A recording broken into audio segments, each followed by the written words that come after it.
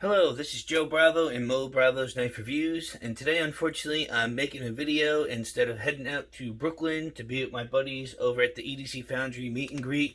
Something came up, I can't make it, and I feel bad. So, being that I had all of my 15 knives or so packed up and ready to go, I felt like I should just do a quick video, if not for the channel, but also for my friends over at EDC Foundry, so that they could have a look at what they don't have the opportunity to play with today.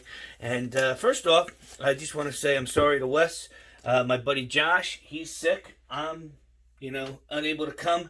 And I promise you, we were rolling deep. Lou, if you watch this, I know you got too much time on your hands to watch this, but, I'm sorry. I really wanted to come check out your knives, and I wanted to show you the BBM that you were excited about. And everybody else, again, I really apologize. I know your life will go on without having to see me, but I really was excited to share my collection with everybody. And, I'm sorry. But, family first. You got to do what you got to do. And without further ado, here is my Anton knives Boudicca. Anton makes a fantastic knife. This Boudicca is the harpoon style drop point blade, which is fantastic. It has wonderful ergos. It's a great 3.75 inch blade, about 8.5, 9 inches fully extended. Just tremendous. We'll give a little measurement just so everybody can see. About 8 and almost a half, with the cracked ice nebula polished carbon steel blade that nobody is doing anything close to that. You do have the Damascus collar and the pocket, and I don't know. I really don't think anybody is doing anything on the level with what Anton's doing right now. His Damascus just glows. Look at that pocket clip. And then I know it's hard to see, but that blade steel, there's nothing like it on the market. And I really was excited to share this with everybody. Anton's a fantastic maker. He's a very nice person to deal with. We talk every couple of days, so it's nice to have that kind of relationship. And it's even nicer to have the opportunity to share the knives that really speak to me with other people that I know would appreciate him as much as I do. So my next knife I would have shared after the traditional flipper Boudicca would have been the front flipper Boudicca, which again is a full-size Boudicca, which is just about 8.5. Yep, as you can see, with a 3.75 inch blade, almost 4 inches, but just, ask my wife. We were in the car yesterday, and all I was doing yesterday was this action, and how much fun it is. I actually picked up a Clark gun stock because I was enjoying the front flipper as much as I have been. A buddy of mine had one with Damasteel. I found one on Blade Farm in Damasteel, and I couldn't wait to get a chance to check it out. Hopefully it comes next week. I have my 520 coming, the new iteration with the frame lock that I'm excited for. But guys, I'm sorry that you won't be able to check out such an amazing South African custom knife maker like Anton. If you're not following him already on Instagram, his IG is Anton Knives. And I really think you should give him a follow just so that you can see. Listen, my buddy Kyle has a front flipper with the cracked ice nebula. My buddy Brandon has a front flipper in M390. Corey's got a traditional flipper with the Cerakote with M390 steel blade. The front flipper I just had, that was Cerakoted RWL 34 steel. Eric just got a front flipper with 24 karat gold on the pivot collar. And then Jeff just got a one just like Brandon with the cross-like pocket with the Damascus and the hand-rubbed M390 blade. So, it's awesome to have such passion about a maker and then see your friends, purchase a knife from him and have that same level of passion that you do. This neck knife is the McNeese Mac 2 3-inch blade running on bearings. I swapped out the bearings for the Skiff Rocket Glide bearings, and the action really just came alive with this thing. They are making a 3.5-inch version, which I'm definitely going to pick up because this 3-inch is a little too small for me. I'm going to put this on the block. If anybody has any interest, shoot me a message, get in contact with me. Find me on Instagram, Watson and the Shark. Find me on Facebook. I'm out there. Come at me. And I have no problem giving a bro deal for this bad boy. Even my buddy Alf, I was able to give him one in the the stupid steel from Star Wars. That's fake steel. Beskar, and he's loving it. I threw skiffs in there for him before he got it, and I haven't heard a bad thing about it yet. So, McNeese Mac 2 3-inch. Be on the lookout for the McNeese Mac 2 in 3.5-inch. My buddy Will was actually able to get one through my buddy Chad, and he's happier than a pig in shit, and I can't wait to also be happier than a pig in shit. So the next knife I want to have, which really sucks, the EDC Foundry team, my buddy Lou, was all about this knife. In fact, I think he's going to buy it from me, or at least he keeps threatening to. This is a BBM V2.5. Now, I didn't come up with the V2.5. Nick Choppin at Blade Show said that he made some more tweaks out of the V2 to where this current iteration that he's producing is almost like a V2.5. It has the hand satin blade. It has the milling pattern on the scales, and it's got the awesome collar gear pivot and the Zerk pivot, I guess, screw and pivot itself. And then it's got the Zerk pocket clip and the Zerk backspacer. The action on this thing is sweet as hell. I know you guys have seen the channel. One of the best things about this knife is how functional the fuller is, how you only have to think about it and release it. The lockup is fabulous. It just picks right back up, no lock stick, half a shakedown, and away it goes. And, you know, it's funny, I've seen Nick thumb flick this in some videos. I don't know how he does it. I'm not even going to try. I don't even think you should. This is a Spidey flick knife all the way. And if you don't like that, go buy a different knife. There, hey, let's see. Hey, there it is. Look at that. I'm not sure I've ever Spidey flick, thumb flicked a fuller to get it to deploy. But look at that. It'll work. Lou, I'm sorry you couldn't go home with this one today. If you want it, let me know. I'll ship it out first thing Monday morning. That's my bad on my account. So the next knife I want to showcase is the Tough Knives adapter. And I'm pretty sure I had this on the channel recently. Jeff really did a great job. Had terrible lock stick. I had taken it apart. I put it back together the wrong way. He was laughing at me, but he couldn't believe that the lock stick that was going on with it. Took it apart. He refreshed it, and he sent it back. And man, is that sweet, you know? I've got my Rosanti. Shit, it's somewhere. It was in the box, but where it is now, who knows? Let's see. Hey, here it is. And I thought the Rosanti Paisan was going to be the end-all, be-all. And I'm going to tell you, for my hands and my palms, you know, my fingers, the fucking Paisan's too small. So, Eddie, if you're watching, I'm going to finally pick up that freaking large Paisan you got with the Nicholas Damasteel and the speed holes, just so that I could compare it to the adapter and see which one I like better. This is so thick, it's so full, it carries so great. The anode pocket clip sits perfectly in the pocket. The anode backspacer really shines, and the action's unreal. It really is a fabulous, fabulous knife. And this is, again, another knife that I would probably never try and thumb flick because you really got to get your hands off the lock bar. But hey, look at that, 2 in a row, once you get the hang of it. This is my Rosanti Paisan, and I was really hoping to find somebody to take this off my hands, just for the reason I think it's just too small for me, especially when you have a adapter like this knife, you know. And what sucks is both of these knives came at the same day. This one came back from the spa, and this one came in from my buddy Chandler. And man, I just couldn't like this knife as a reverse Spidey flicker, just because I had the adapter. And if I had smaller hands, you know, my buddy Eddie loves his. The Village Idiot loves his. So I don't know what to tell you. He spent about $2,000 on his, and if I spent $2,000 on this knife with my hands, I'd be really disappointed. I didn't. I'd like to get about $1,600 for this guy. So if you are interested and you are watching, hit me up, because I would love to turn that knife into the large Paisan that my buddy Eddie has, and we'll see what happens. Kyle keeps threatening to pick that up, but he don't have any money, and he loves his Shiro, so I'm not waiting for him. Money talks.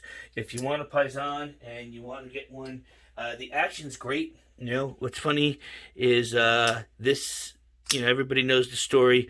The Spyderco Paisan was the first high-end custom, not custom, from Spyderco that I got my hands on.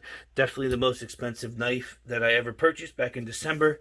And, it's great to have a smaller Paisan in my possession. But I will tell you, the Spyderco Paisan was too big, too heavy. The Rosanti small Paisan or mini Paisan is too small. I'm really, really hoping that the large Paisan from Rosanti is going to be the one that fits just right.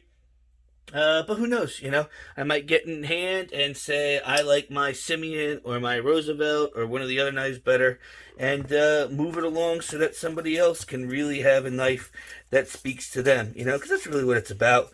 You try a knife. If it speaks to you, you keep it. If it doesn't, then you move it on. You let somebody else have it be the knife that really speaks to them, or they give it a shot.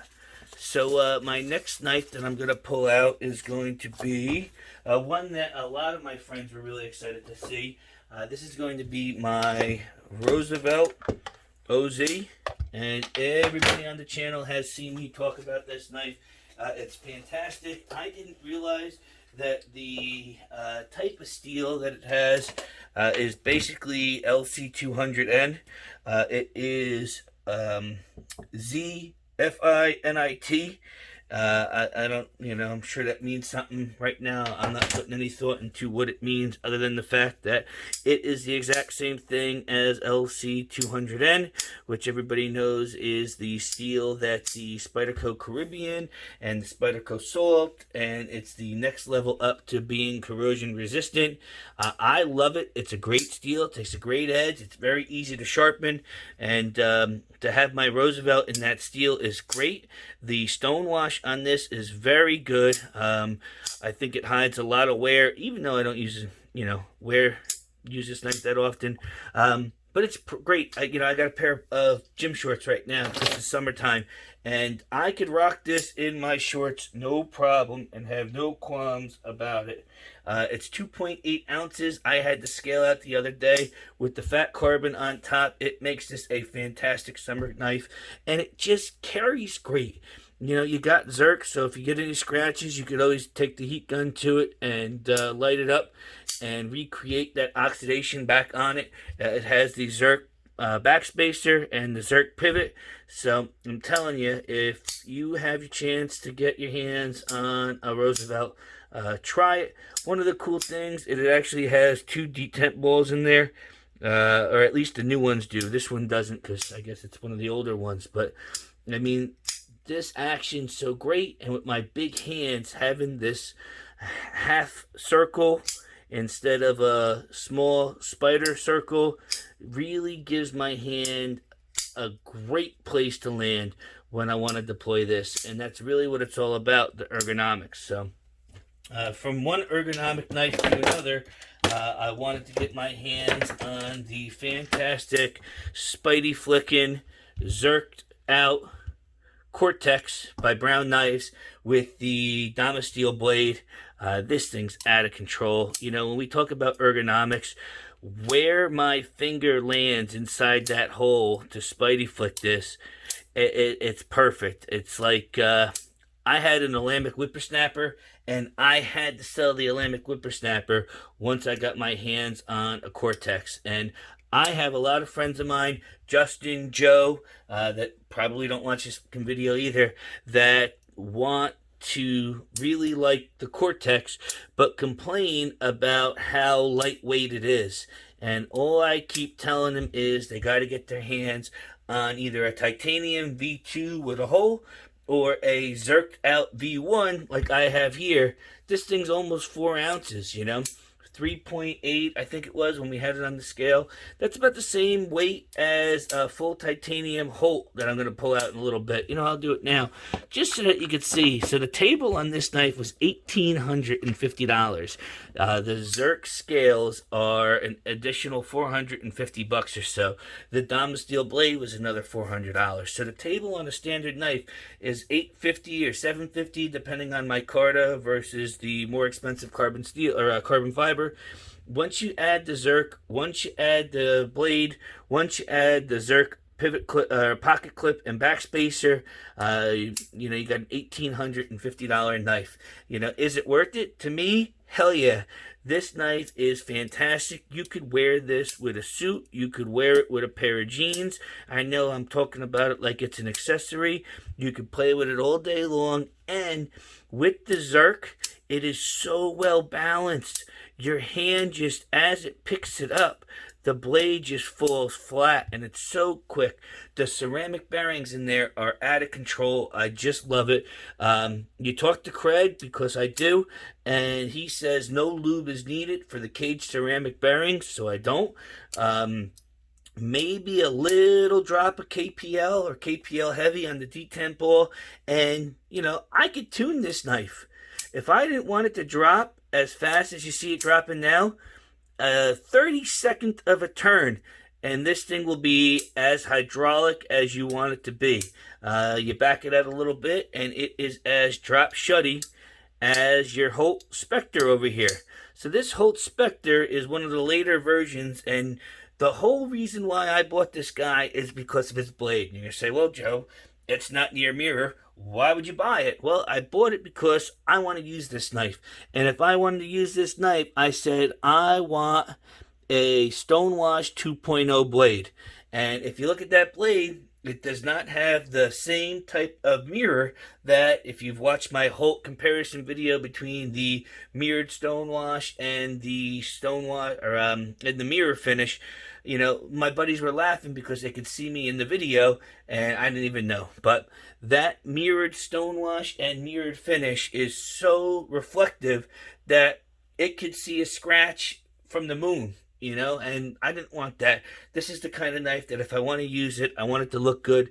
The Stonewash on the brown is probably one of the best around, and I will tell you, the Stonewash 2.0 is just as good, if not better, than what Brown is doing. I guess, you know, you could see they just have a great Stonewash that's able to hide any of the use, and, you know, that's why I wanted to get one, and I paid through the fucking nose for this thing because they didn't make a lot of Spectres in Stonewash 2.0. So, you know, this is the checkered pattern, not the pinstripe, or pinstripe, not the checkered. So it's got a little bit of texture here, which really is great because when you use a knife, you don't want to have, you know, like the feathered, you know, if you get into a knife, that feathered pattern's going to kind of get into your hands a little bit, and it'll be a little rough on your hands, you know? Like, in comparison to the carbon fiber, this carbon fiber is fantastic. Craig is killing it. If you haven't had a chance to hold on to a Craig Brown knife, my recommendation is to find one with the carbon fiber twill. You know, just no hot spots on this thing at all. I love it. Fantastic action. And that's kind of how I feel about the pinstripe. I had a bent starburst. I had a feathered. And both of those milling patterns were certainly rough in the hands. So I went out and I got the pinstripe version. And I had a full nude one. And I was so excited I had a full nude one. And then this one came available. So I picked that up. And I sold the other one to my buddy Kyle. And I probably would have kept the full nude one only because the ano does show it's burnished, and it does show the fingerprints. I mean, I'm not too anal about it, but the nude one was great because it didn't show any. But unfortunately, that nude one was Stonewash 1.0, not Stonewash 2.0. And if I was going to make it a user, it didn't make sense for me to have Stonewash 2.0 or 1.0. on a user, because the first time I use it and I make a freaking mark on it, I'd be fucking pissing and moaning the whole time. So, where do we go from now? I've got 3 boxes of Koenigs and I've got 2 Simeons that are ready to go. So, let me jump back on the Bluetooth. We got 20 minutes so far and we are moving to the groovin. So let's see, which Koenig are we going to bust out first? This just came in. It is a Gen 4 Batch 7, June 18th, 2021. It is one of the best versions of the carbon fiber I've been able to get my hands on. The carbon fibers I've had were the Gen 2s. I had a full weight Gen 2 and a lightning cut Gen 2. Both of those knives were fantastic, but I'm going to be honest with you. I didn't care for the flipper tab on the Gen 2. I really like the Gen 4, and, you know, it's funny. The Gen 4 that I have here has a little bit more bite than the, I guess the Gen 4 Batch 7's got a little bit more bite on it than the hand rub blade. You know, sometimes you don't know the difference. Is it the hand rub blade? Is it the bright wash blade? Is it the different batches? And that's what's so great about these knives. Everyone is a little different. Everyone has its own personality. Everyone, no two are the same. You know, one Gen 4 Batch 7 carbon fiber could be the worst knife I've ever owned, and one could be the best knife I've ever owned. It's not a quality issue. It's just they have their own personality, you know.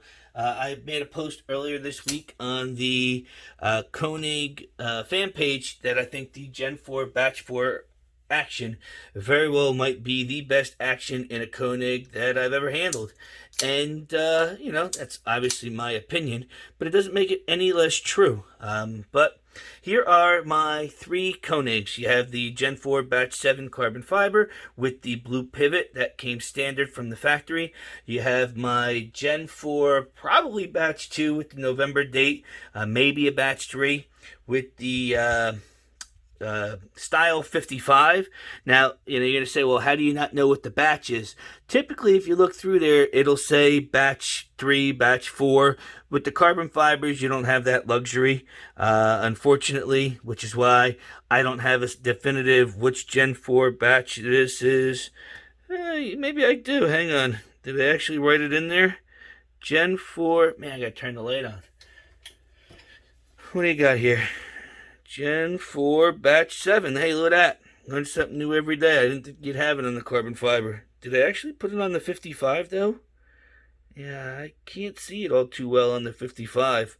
So I don't know, you know, specifically what gen this is. This is number 116. There's some people out there that care about birthdays, that care about the serialized numbers. The carbon fiber Arius is not serialized, whereas the Style 55 and Style 57, and you know, for you guys that don't know, I'm not coming up with the name. The Style 55 on here on the lock bar denotes the milling pattern that's in the scales right here. They make this in a titanium version. They make it in a flipper delete version. The bronze pivot and the bronze hardware didn't come off of another knife. Sometimes you just want a little bit of pizzazz to your knife, and I really think that the bronze really makes this knife a hell of a lot more attractive. My buddy Jeff has a titanium version with the bronze, and I agree. It really does make it pop, you know, especially on the backside. You know, the traditional version of this knife came with regular polished hardware. This one did as well. This is a Style 57. You're going to say again, what's the Style 57? The Style 57 is the milling pattern. And look at that. You can even see Gen 4 Batch 5. This is a really good action. I put skiff bearings in there and really allowed me to even make the action even better. One of the best things about an Arius is that you could spidey flick it and traditional flip it. It has a great action. You know, finger guillotine, they call it. You know, once you get past that ramp, it just flies closed. You know, the 55 and the 57 both have the hand rub blades. This 57 did not come with the blue hardware. I had to put that on, and the blue hardware did come from a blue textured Arius. Then, in addition to that, I was able to get my hands on the Damascus backspacer from Koenig, and hang on, let me dial the light down a little bit so you can kind of see. I mean, I just love it. I really do. I love it, love it. The different colors that Damascus has is great. I wish I can get my hands on a Damascus pocket clip. Until then, I know everybody saw my video of the pocket clip installation from Juan Tortilla. This now has been updated to the Rogue Blade Works pocket clip. Now, they didn't make a lot of these, and I don't think they're making any more. And, you know, what I'm doing off camera, I put a little bit of Pledge multi-surface on there. And hopefully you guys could see how much more it pops with the Pledge multi-surface. Let me see if I can get a little bit more. I mean, it is an oxidization, so you do have to be careful with how much you rub because you don't want it to come off. But, man, when you put the Pledge on there, oh, look at the backspacer, look at the clip. I mean, it really just matches great. So, you know, this is the kind of stuff that I wanted to show my friends at the EDC Foundry meetup. I'm so mad that I don't have the ability to do it, but, I mean, I'm really not that mad. It happens. I'm sure everybody understands, but it sucks that I don't have the ability to show you guys these knives in hand and let you guys, you know, see each of their personalities. Like I said, each one has its own personality. And, you know, one of the best things about having a collection is showing other people that, you know, like their collection as much as you like your collection, just so that you can see if there's something that fancies them as well, or as much as it fancies you. And, you know, like I said, I'm frustrated, but, you know, it's not the end of the world. There'll be other meetups. Hopefully there'll be other meetups not in Brooklyn, because, fuck, it's like an hour and a half to get there, and it's a Sunday. I didn't think there'd be too much traffic, but all it takes is one numbnuts going through the bridge or going through the tunnel to ruin everybody's day. And yeah, it's freaking 90 degrees out, so God forbid something happens. Somebody wants to be on the Cross Bronx or heading through Manhattan on a day like this, because fuck, nobody wants that. All right, so my last two knives, I haven't on the channel yet. I had done a video recently of the Simeon Yeti that I was really enjoying. I did manage to get my hands on a Simeon Unto. Now, the Unto that I had received before you see this new one, is just a spider hole only. And it's really, really great in the action department. It really fits my hand really well. The problem is the location. Just like that Paisan, I really have to come all the way up to get my hands on that spidey hole. And when I do that, I ride the lock bar. I don't get the full flick. And it sucks because I enjoyed flicking the Yeti a lot. And, you know, with a little bit of practice, I'm sure I could get a little bit better. But I figured out a cheat code with this thing. I don't need the hole. There is a little ramp up to the hole that I could use as a fuller. And son of a bitch, this knife is great. It is freaking great.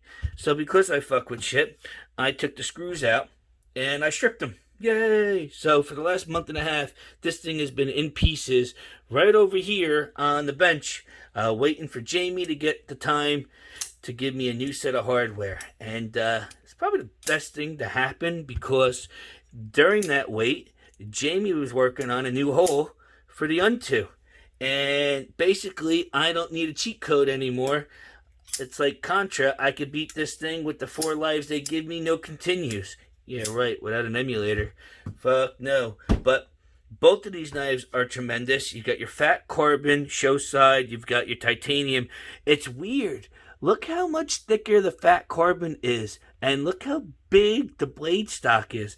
The only thing I could think of is because the hole is so much bigger, the blade needed to be reinforced. And Jamie does a great job with this hollow grind to still have a really great slicey dicey knife. I will say, I might go back and have Jamie do another one of these in the titanium, just because I love the balance of the weight of this guy. It's great. It's just a fabulous knife.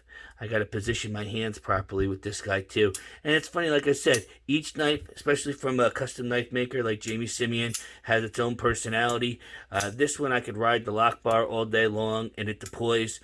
This one I don't have the luxury. It's got a really tight detent and I actually like that.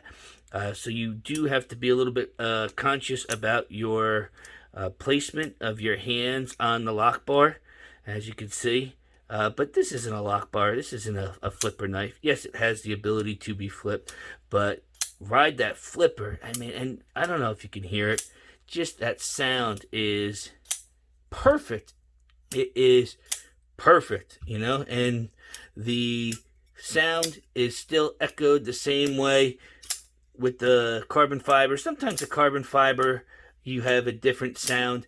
I don't think the carbon fiber is taking away from the sound from this knife. I think the action's great. I think the knife itself as a whole is a really standout. I mean, nobody has seen anything like this. The Roosevelt is one of the only knives that are using this similar style blade hole, and I'm really happy to have an Unto and the Roosevelt because it really fits my hand really well. So I just wanted to share all these knives with you, everybody at EDC Foundry, at the meetup, at just the people on the channel too. I really wanted to get there. I wanted to get some new interpretations and some different perspective, What the fuck am I? Just some guy in the basement that likes to collect knives. And without seeing and talking to other people about what they're passionate about and what makes sense to them with their knives, kind of pigeonholes me and only put me into one perspective, my own. So I really do appreciate everybody. Kyle, Brandon, Jay Wright, all my buddies out there that I talk to on a daily basis, trying, keeping me in perspective. Pasquale, Jeff, new friends, guys that I haven't even talked to, that have only seen my stuff through YouTube, And it's great to have the ability to have this channel, and it's great to have the ability to talk to people. And I'm really bummed that I don't have the ability to be at the EDC meetup today, but just know I did this video for you guys, and I hope somebody takes pictures, video. I mean, shit, I know Lou's bringing a mini Arius. How freaking excited was I to see a freaking mini Arius and get to play with one in person. Shit, even do a little video of it for the channel so you guys can have my perspective. The Kennisons, I know Lou's bringing a Kennison. I know a couple other guys are bringing Kennisons. I'd love to be able to get my hands on a Kennison. I'm sure there's going to be a Brian Brown there, and I'm not going to be able to play with a Brian Brown. So, that's life. I'm gonna have to keep me busy here, and I'm really happy to have had the opportunity to share this with you guys.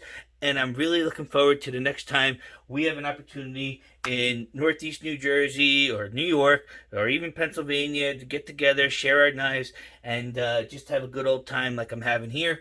It's funny, I didn't think I was going to be at this meetup for any longer than an hour and a half, but look, I'm at 33 minutes and I haven't even left my basement just talking about the knives I have, let alone listening to the knives that other people brought. So, please make sure to like, subscribe, and comment. Let me know what knife is your favorite. Let me know what knife you think I should try. And I really appreciate you guys being part of this channel. I wouldn't be able to do it without you.